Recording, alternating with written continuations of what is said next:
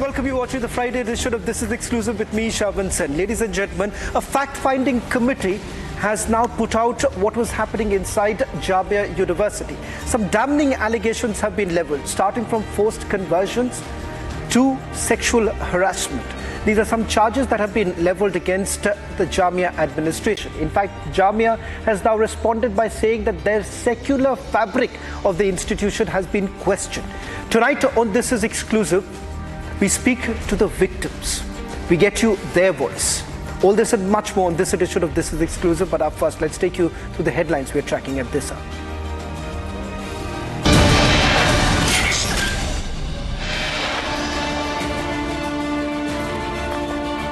Fact-finding committee releases a report on discrimination of non-Muslims and forced conversions in Jamia University. Big controversy erupts. Stay tuned for the explosive testimonies that were featured in this report.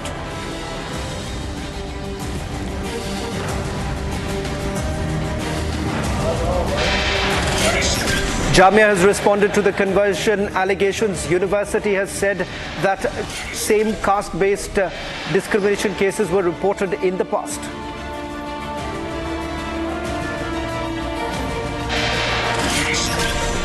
Members of the hardline outfit Hifazat-e-Islam takes to street, raises open threats to members of ISKCON.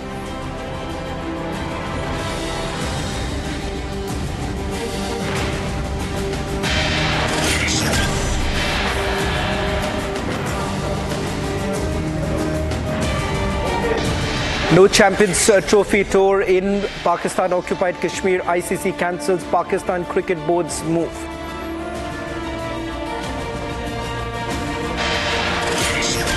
As the battle for Maharashtra simmers, Mahayuti candidate from Worli Milindura challenges Mahavikas Aghadi's candidate Aditya Thackeray for an open debate on Worli.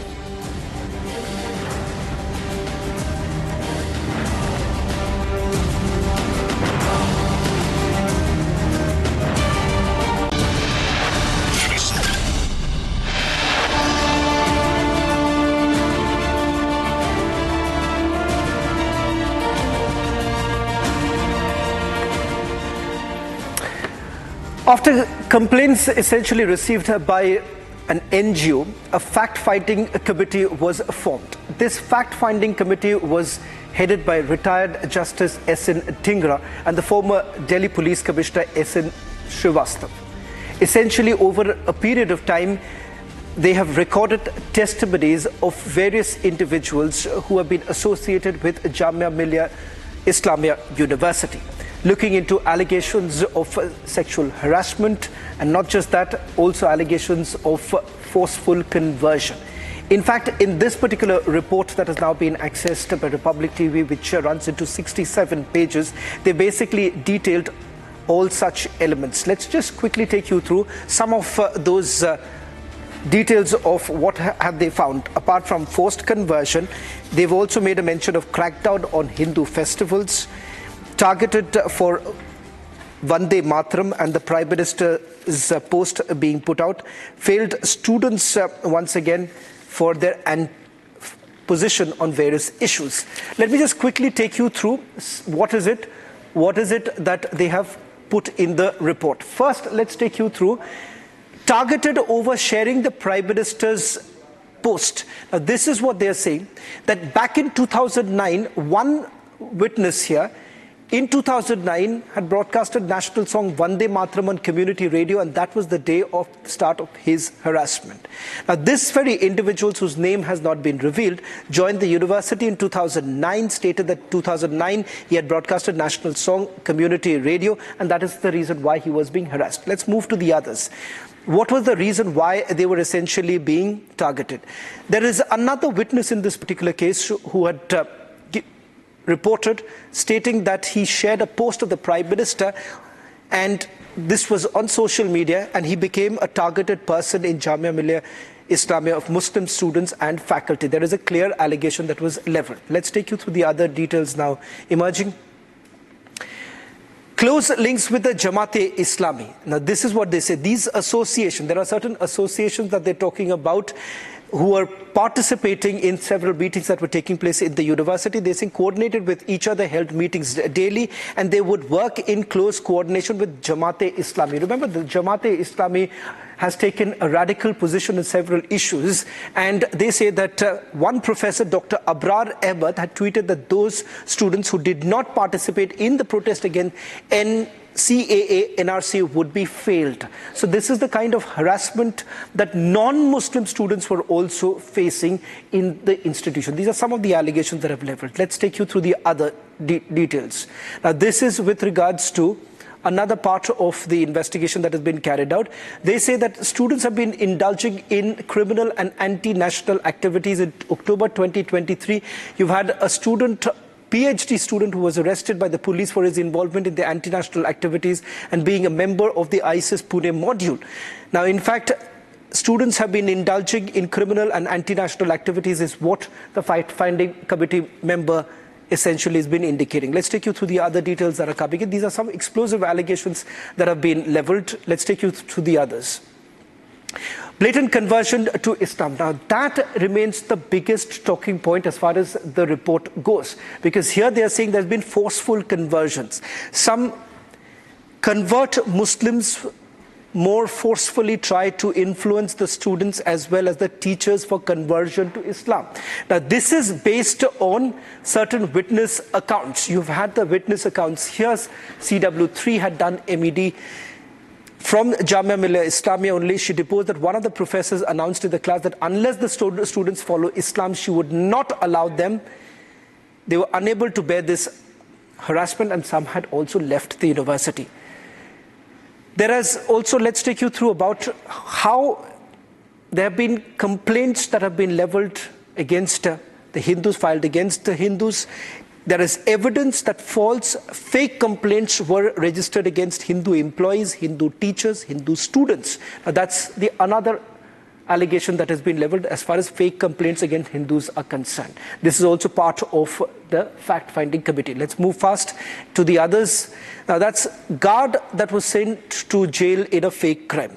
You have another witness recording his testimony before the fact-finding committee saying that a security guard, who's a security guard here, stated that he was falsely implicated in a case at the instance of Jamia Islamia authorities and sent to jail. Now, there are multiple such complaints. In fact, the fact-finding committee says that there are 27 complaints that they have not looked into. Another, CW11, says that his wife, daughter and son were all converted to Islam. Let me also go across to my colleague Akhil, as well as Piyush Ori, who is joining us on this broadcast, and Advocate Poornima. Advocate Poornima, in fact, was part of the fact-finding committee. Ms. Poornima, first, with regards to the kind of evidence that was perused by you and your colleagues before you came to a conclusion like this, because Jamia Islamia University says in its statement that you were trying to question the secular fabric of the institution. It's not us deliberately pointing a question or putting a question on the secular fabric of the university.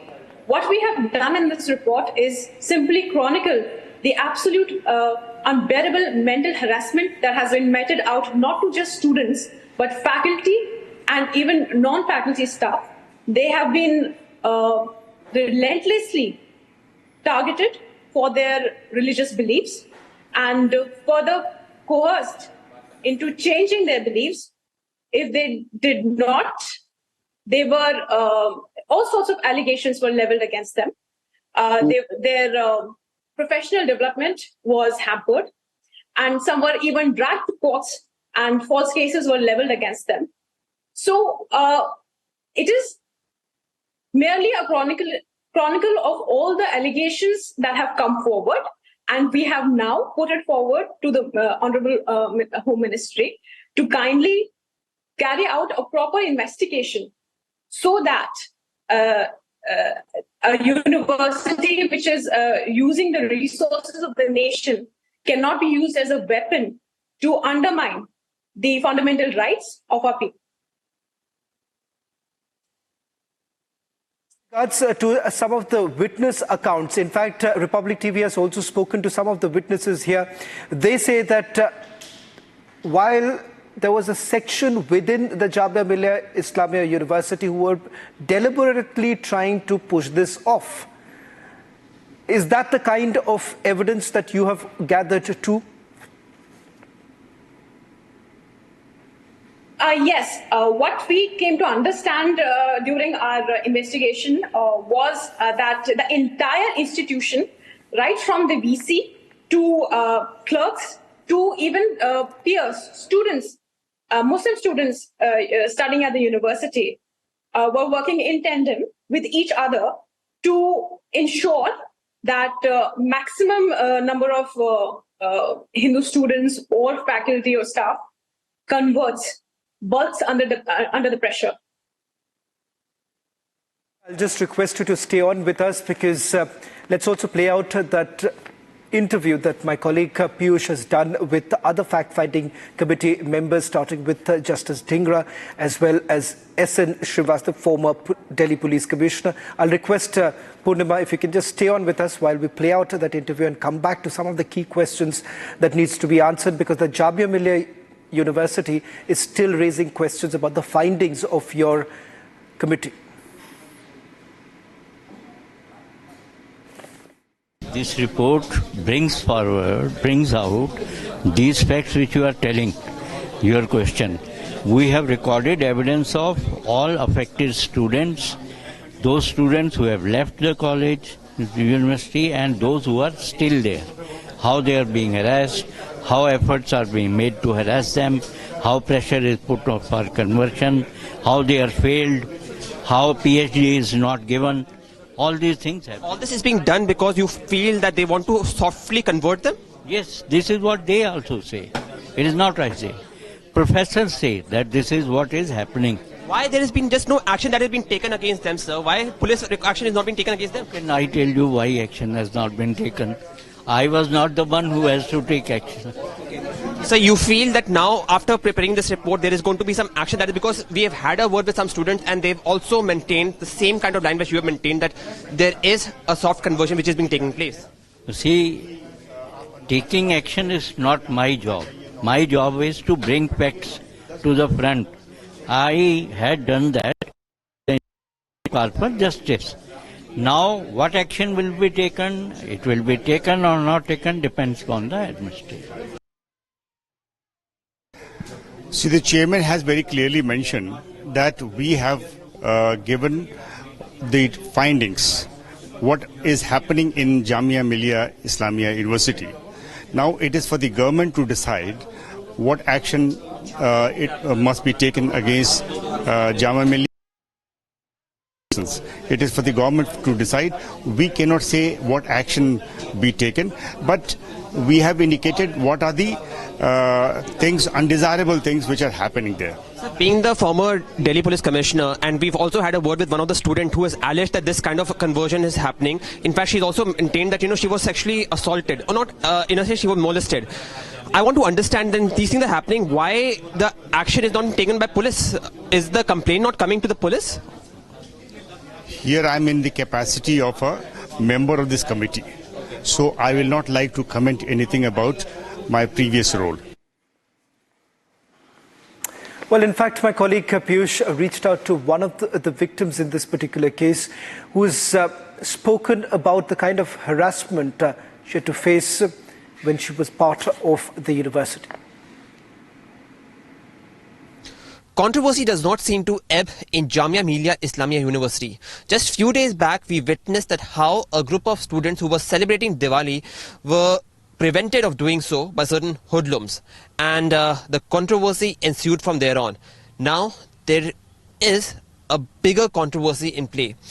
A student who is studying in Jamia Millia Islamia University has made grave allegations of how she has been molested by a group of 3 persons in Jamia Millia Islamia University, and also there is soft conversion that is being done.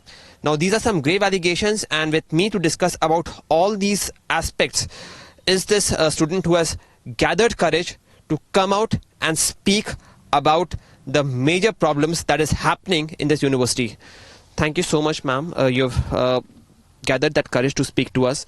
So I want to just first of all know from you that what exactly this entire matter. You've been molested within the university, and following which you've also made an allegation that not only molestation, which is a very big allegation, there is also soft conversion that is taking place in this university. So why don't you tell us about both these aspects one by one? By molestation, I would mean that I have been a witness to stalking by a staff member, Ibn Saud, who is a clerk at Jamia Millia, and he has been loitering around in places where... When I talk about clerk, is he a clerk or is he a secretary to some of the faculty which has made him do such kind of act, which has made him so brazen enough of trying to stalk a student in the campus? He's basically a clerk out there, and he's quite influential since he has been there for a very long time, and he has been working under instructions of Mr. Danish Iqbal, who is also accused here, and also Mr. Qasim, who is the director, and under both of their commands, he has been trying to harass me in various ways. He's been trying to contact me through various numbers. He's been trying to bring me into his place, and he repeatedly... Can I talk about into his place, into his residence? No, he's been trying to contact me, and he's been trying to get me in different places. And upon refusal, he keeps stalking me around, in and around the campus places. And more than that, I would say he keeps calling me within his office.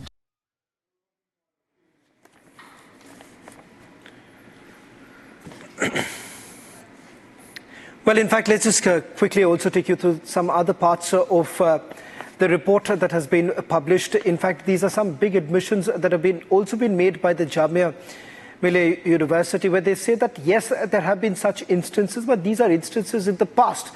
They're not new cases that have been reported. And in fact, they say that in the tenure of the previous vice chancellors, perhaps this has actually happened. Let me also quickly take you through what are the details that they are putting out. Discrimination of non-Muslim students and the faculty. That's essentially how non-Muslim students are being targeted there. Let's quickly move to the others. Many tribal students leave the university. Third, they say that students were forced to convert to Islam. Fourth, they say bias against non-Muslims in Jamia Millia Islamia. Every witness was deposed they essentially suffered because of discrimination. Let's take you through some more details that are essentially emerging from the report that has now come in, where they're clearly talking about forced conversion. They're talking about how Hindus, students, were being prevented from celebrating their own festival inside the Jamia campus. These are some of the allegations that have been leveled by the fact-finding committee members. They say that this is backed by the evidence that was gathered over a period of few years put together. That's all that we could pack in this edition of This Is Exclusive. We'll be back tomorrow at the same time with more exclusive stories.